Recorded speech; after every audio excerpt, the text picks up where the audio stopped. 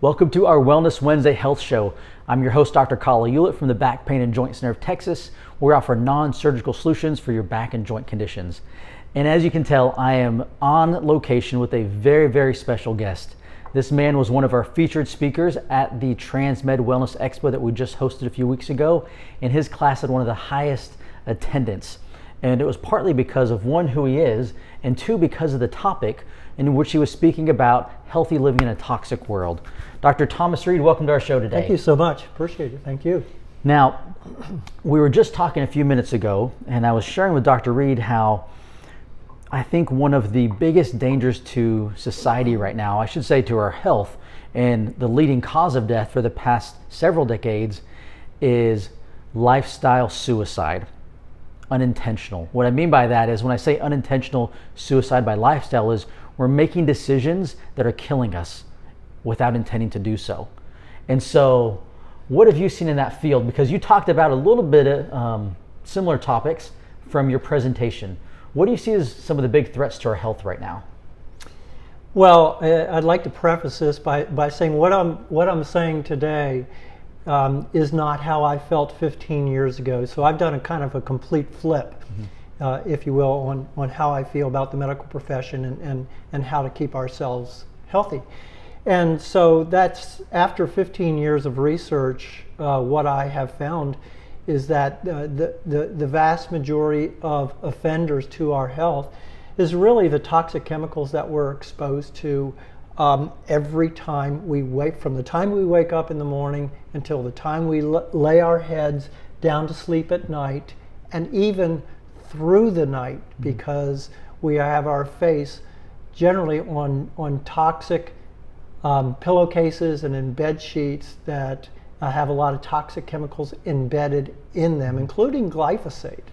So those are the kinds of things that mostly are interfering with our health, and it's the toxic chemicals, the environmental impact. It's in the air, it's in our food, it's in our shampoos, it's in our clothes, it's in our laundry detergents, it's in just about everything. And we're unaware. As you said, we are unaware. The second part of it, I think really... Before you go, I want to touch on something, because you said 15 years ago. Is it unfair for people to think that they're medical, right? Because being in the medical community, right, as a doctor for how many decades total now? 37 years. So 37 years. So let's say for the first as a surgeon, yeah. For the first 20 years, all right, as a surgeon, and so many people will say, "Well, I need to ask my doctor." Do we as a society put an unfair amount of maybe trust or hope or responsibility, thinking that our doctors are supposed to know everything about everything? I do think it's unfair, but they have traditionally put us up on an undeserving pedestal, and most people don't know that. So what we get in medical school, the training that we get, is not what most people think. So we've essentially become automatons for the pharmaceutical industry, and I didn't know that, or I wouldn't have believed it 15 years ago until I started doing a lot of research, and I found out that what I was taught, number one, was not entirely the truth, and number two, that also what we've been taught is not necessarily helpful or healthy for our patients. You know, the first time I realized that, I was going through a training program at the end of my chiropractic schooling, and I was at the VA hospital, DeBakey Medical Center, one of the best medical centers in the world, and was in the rheumatology division. And I was there with Baylor Med School, which is one of the most prestigious medical schools in the area. And we were both similar age. They were residents. I was in the same type of program.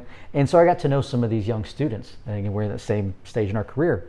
And when someone walked in the VA hospital, into the rheumatology division, if they were having trouble sleeping, right, they just type in the computer keyboard. They took their blood pressure, up their medication. And we would talk in between seeing patients, because it was no questions. It was no questions about sleep, exercise, diet. It was simply, you're having trouble? Let me do this. And I will never ever forget, we had these conversations in the hall between patients. I said, did you guys ever at Baylor get trained on like lifestyle modification, talking about diet, nutrition, other things? Because as a chiropractor, that was a big part of our training. And they said, no, we have some very basic courses. There are some elective courses that no one takes because they're elective and our course load is so high. And in addition, we're taught in medical school that as long as we're prescribing medication, the American Medical Association knows that AMA has our back. Otherwise, we run the risk of malpractice and we can get sued by our patients. This is what they were taught. They said, so we just match the medication with the symptom, and that's what we do. Yeah, and that's exactly what I was taught as well. For instance, if I was in my residency and my surgical residency, they would come up and we would come out of the room of a patient's room, and they would say, Dr. Reed, this patient has metabolic syndrome, high blood pressure, obesity, high cholesterol, and diabetes. What are you going to do for him? And if I don't spit back all the medications that this patient should be on, I fail. I fail. And so never mind changing the lifestyle, which will actually change the way that the body functions and allow it to relax and become more functional and have those genes function the way that they're designed to. They don't take us backwards to why are these things occurring in the first place. It's just, what do we do about it? And of course, the medical schools are extremely heavily influenced by the pharmaceutical industry, so it just passes down and we pass it down to our patients. Yeah. I always say if you're looking for a car and you go to a Ford dealership, chances are you're leaving with the Ford. Yes. If you go to a medical doctor, and again, I've seen medical doctors, it definitely has its place. What I really share is it's the misuse, the abuse, the overuse, that's where the harm comes in. But if you have a health condition and you're wanting to improve it through diet and nutrition and exercise, and you go to a medical doctor, we're probably going to walk out with the medication. That's true. So it's just, I think if the better that our community can understand, depending on where you go to a Ford dealership, you get a Ford. You go to a medical doctor, you get medicine. You go to a health coach, someone talks about nutrition, you're going to get nutrition advice. So I think people need to be better understand or educated of what are you looking for, and that's going to dictate where do you go. So what have you found, because you've really over the past several years built a reputation for educating and helping people through those things and reduce toxin and so forth. What have you found people coming to you for? What are they looking for? Most of the time, people will contact me about some health issues that they're dealing with, whether it's high blood pressure, diabetes, high cholesterol, obesity, cancer. That's why they contact us. And so, I'll give you just for instance, somebody goes down to a major cancer center and they have stage 4 breast cancer. And so you go into that situation, and what they'll tell you is that you need chemoradiation and you need to remove those breasts as well. And so people were going, well, that's pretty radical, but that's what I've always heard to do, but I'm not quite so sure I want to do that. Or somebody will come in, go to their primary care doctor and say, look, I have high blood pressure, but I don't want to be on any medication or diabetes. So that's generally why they'll contact us for some other options. So what we try to do is kind of work backwards and figure out, okay, I see what the symptoms are, the externally outward symptoms are. Now let's work backwards and look at the why. Because the why is going to drive what you do, not what you do drives everything else. It's the why that drives it. And so you just have to work backwards. And if you can do that, the vast majority of the time, people can get well. And now, when you talk about the why, are you asking why is someone's blood pressure elevated? Is that kind of going down that? Why is the body having trouble regulating it? Yes. That's the why. Exactly. Okay. Why do you have this? Why is the body regulating it? And a lot of times the why can be environmental, but also the why can even be some of the medications that they may be on. And for instance, if you have people will come to see me in my office for peripheral neuropathy, and they'll go, oh gee, my primary care doc sent me here because I have peripheral neuropathy in my lower extremity, And I'll say, well, how long has that been going on? And they'll say, well, it's been going on for about 5 years now. Okay, let's work backwards. How long have you been on this high blood pressure medicine? Well, I've been on it for 5 years now. And it's not always this cause and effect relationship, but it begs us as health professionals to go backwards and say, okay, well, let me see if there's a correlation to this causation. And the vast majority of the time, what I find in things like peripheral neuropathy is that I can work backwards, and most of it will either be related to lifestyle issues or medications. For instance, some of the high blood pressure medicines are known to cause peripheral neuropathy, but they're not taught that or told that by their primary care docs. And the primary care docs, most of them are out there just doing the best job that they know. I don't want to bash them. They're just doing, as I did 15 years ago. I was just doing what I was taught. As they were taught. Yeah, as we were taught, and it's all okay. But once I draw the line when you receive new knowledge that should change your course, and you decide to stay on the same course. That's where I draw the line. I would say that yes, now you are responsible for it. But how many people don't want to be responsible, right? Yeah, and that's maybe a whole other conversation. But I love the example you shared, because we'll see these patients that come to our clinic as well, where it started with a blood pressure medication, then they develop the neuropathy symptoms, then they get a prescription for like gabapentin or Neurontin, right? And then before you know it, it's a higher dose, it's multiple scripts, and it started with one medication, and then before you know it, they're on 3 or 4 to adjust or help with the side effects from here, and now they're just a slippery slope. Yeah, and they're lost. Yeah, and if we can show them that, well, again, not 100% of the time, but most of the time, we can show people how to change their lifestyle so that they can get off the high blood pressure medicine, and when they get off the high blood pressure medicine, the neuropathy goes away. I've seen it over and over and over again. If we could think that, I love that. If you're a note taker, right, and you're watching this and listening to it, take that down. When symptoms develop, ask why, right? Why is your body allowing these symptoms to be present? And as you ask the why, then is it a shortage? Does your body have a shortage of medication? No, I'll give you the answer. It's not. It's not. Your body doesn't have a shortage of aspirin or Tylenol or ibuprofen or Neurontin or GABA. There's something that's out of balance and disharmony, and then just go to work on identifying those things. How did you develop this passion? Let's talk about it. I know there's a big story, but what's the short story of, you were doing surgery, you were in the medical model, and then 15 years ago, now you're pretty much devoted your career to helping to educate people on how to be healthier. Yeah, it started out with my wife's dad, Evangeline's dad, who was dying of a rare form of gallbladder cancer, and so we were just trying to help him out.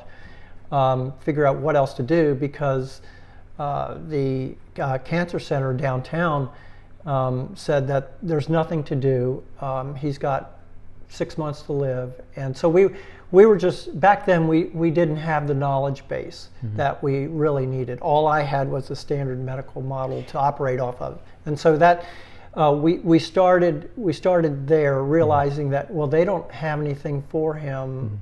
Except for loading him down with a lot of pain medication and so on. Is there something else we can do? So that that was a springboard for our journey into looking at some other options. Now, for me personally, I don't like necessarily dancing in the middle of the floor.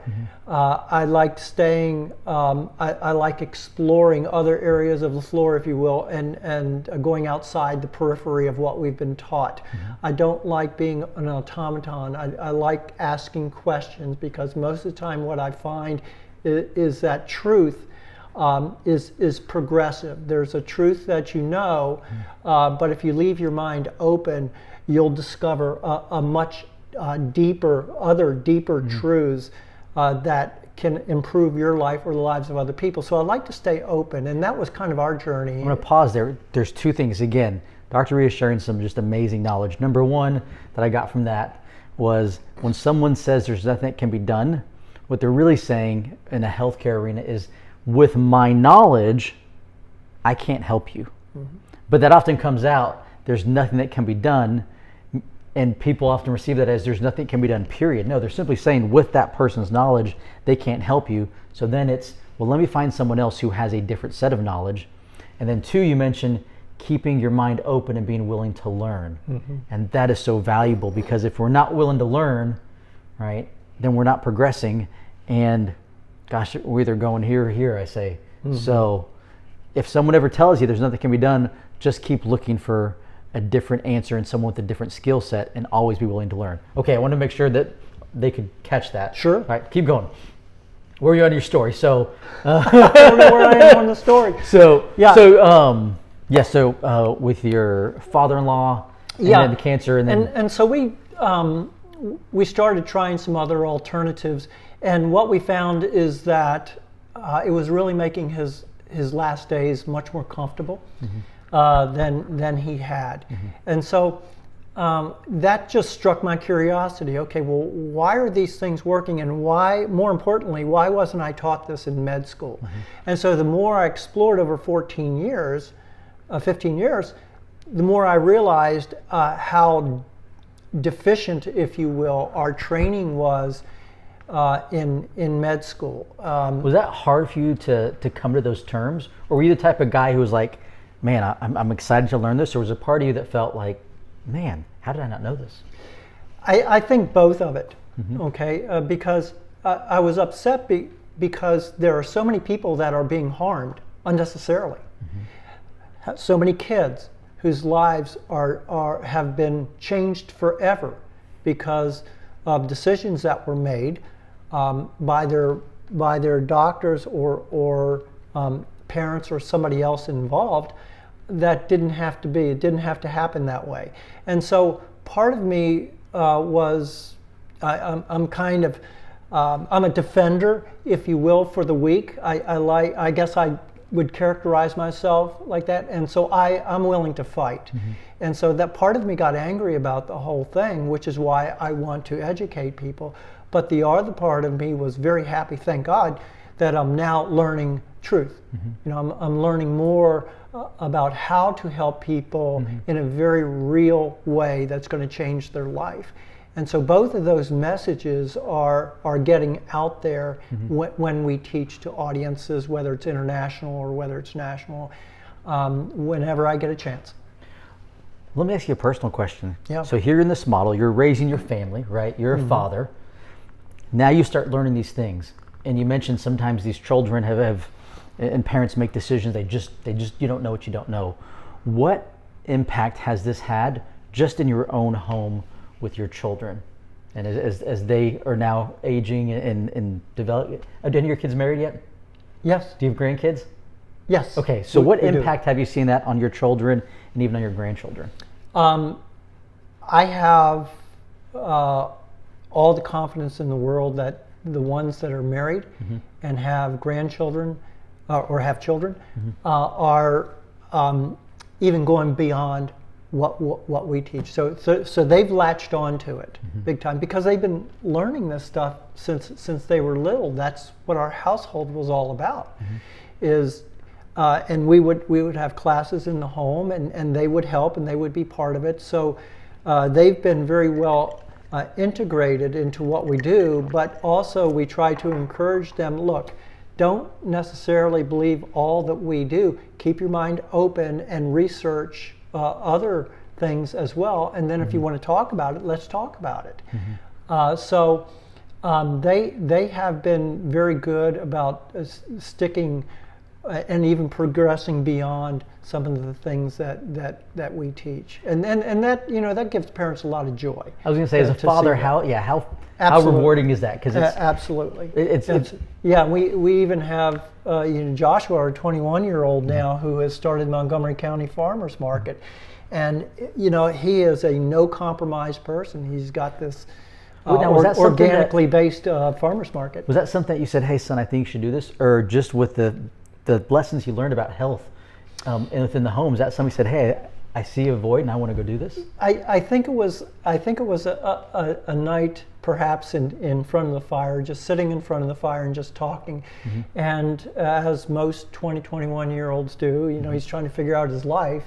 And so we just kind of got on that topic of, well, what about a farmer's market? Because we need one. We need one here in Montgomery and in Conroe area, and a good one that has organic based products. And he just latched onto it and just boom, ran with it, and he's doing really good. And there's a very, very strong interest around this community in an organically based farmers market. And supporting that. Yeah. That's Saturday mornings, Ransom's parking lot. We'll put a link to that farmers market separately. Yeah. But I just think that's so cool that even within the walls, it's very rewarding as a healthcare professional to help other people, but it's a different level when it's your own family. Absolutely, I would agree with that. In there.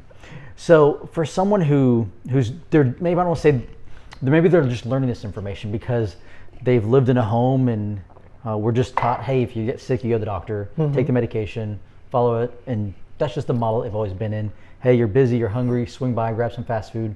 They've never really been taught the importance of taking care of the human body. Where's a place to start? Because if you Google it, oh my gosh, it can be so overwhelming. So where's a place to start? Right here. Okay. With my book, you'll learn everything that I think pretty much everything that you need to learn. I love the title. I don't know if you could see this, right? Your health has been hijacked, and it's high time to take it back. Love the title. Yeah, thank you. And again, there's over 500 references in the book, and it's 15 years of research. And so I've taught across both ponds, if you will, Australia to France, and this message is resonating. This is what people want to know out there about how to take back their health. They just don't know what to do or where to go to get it. If you can have one source of information, pretty much one source of information, why not do that? Why not get it? It's the simplest thing to do in a very crazy, chaotic world where we don't have the time to do a lot of research. And what's at stake here? Yes, our lives are at stake, but it's more about our children and our children's children. And people need to understand it's just not about us. And so the idea that, well, I can grow up, I can let my children grow up how they want to and feed from whatever trough, if you will, they want to, whatever knowledge trough and whatever food trough that they want to. And as long as we're in our house, or when I become an adult and I'm in my house, I can do pretty much what I want and nobody's hurt. That's not right. That's not right at all, because epigenetically, there's a difference between genetics and epigenetics. And epigenetics starts when you're conceived, when there's conception that takes place. So you have DNA from mom, DNA from dad, poof, they come together and poof, there you are. Well, epigenetics, which is a change in gene function, or how are the genes function? Are they functioning normally or are they functioning abnormally?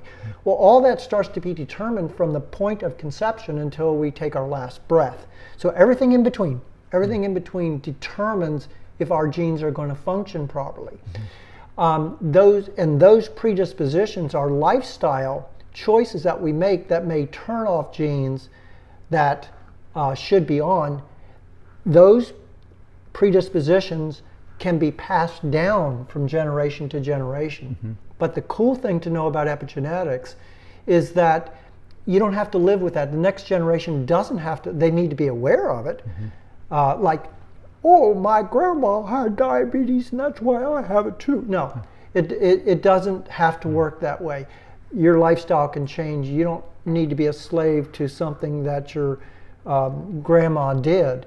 You may have the symptoms, the genes may be turned off, but then they can be turned back on through lifestyle changes.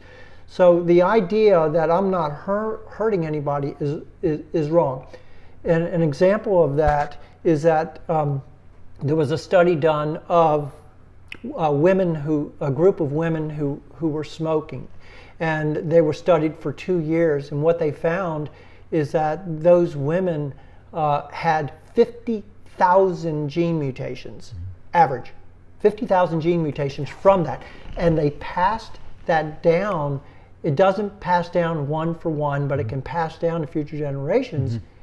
And the children ended up having respiratory and asthma problems for their whole entire life. And those symptoms, those actual symptoms, the choices that we've made can pass down to third and fourth generations. You know, with epigenetics, what I love about that is the message I get is I can change that. Right? Yes, Epigenetics is all about, right. Even though there may be a genetic predisposition, through choices that I make, I can change the genes that I inherit from mom and dad. Yes. And it's almost like you were talking about it to me in my mind, it's like a light switch, like the light switch of this disease either gets turned on or off based on the stresses, based on my diet, based on my toxins, based on my emotional being, and on and on and on. But the cool thing is I can influence that and even change it. Now that right there, that is just amazing. Because you mentioned like grandma, so many times you meet somebody and they're like, well, everyone in our family is a type 2 diabetic, right? It's just genetic. Well, then you learn, well, they all eat the same diet, right? They all have the same lack of exercise habits.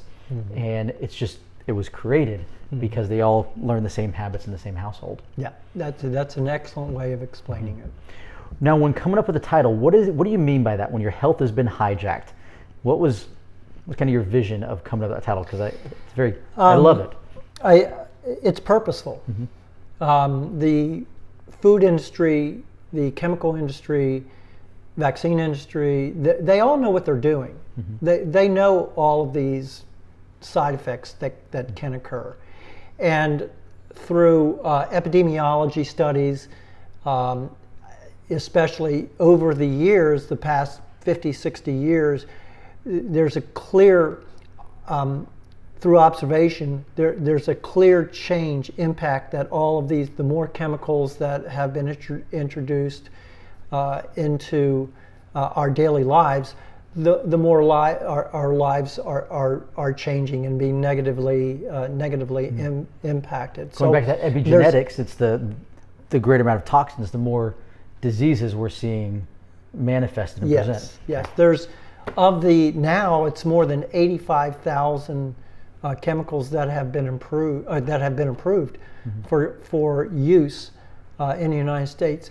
65,000 of them are considered toxic and dangerous to our bodies, but they've been approved, and they were approved because of a carte blanche effort to get all the previous chemicals approved that weren't approved already.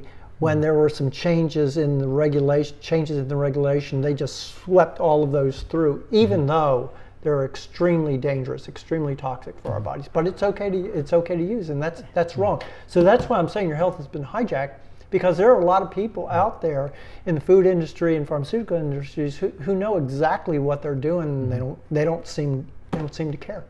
You know, it's interesting. I'll have this conversation with friends and even patients at times. Is the pharmaceutical industry, is the chemical industry, fill in the blank, is their goal to improve the health of my family, or is their goal to make a profit for their shareholders? And not that that's wrong, right? But understanding, is their goal primarily to run their business and make a profit, or is their goal to take care of the health and well-being of my family? And I think some people are under this false assumption that their goal is to take care of the health and well-being of my family, and it's not. It's just not. Yeah. The collateral damage is what's at risk here. It's safety and efficacy, no matter whether it's vaccines or other drugs. It's safety and efficacy, and I think that when we dig into this, what I found is that I'm really appalled at the lack of safety and efficacy studies out there, especially when it comes to vaccines. But most of the other chemicals or medications and chemicals are out there are profoundly harmful to people, and they just don't know.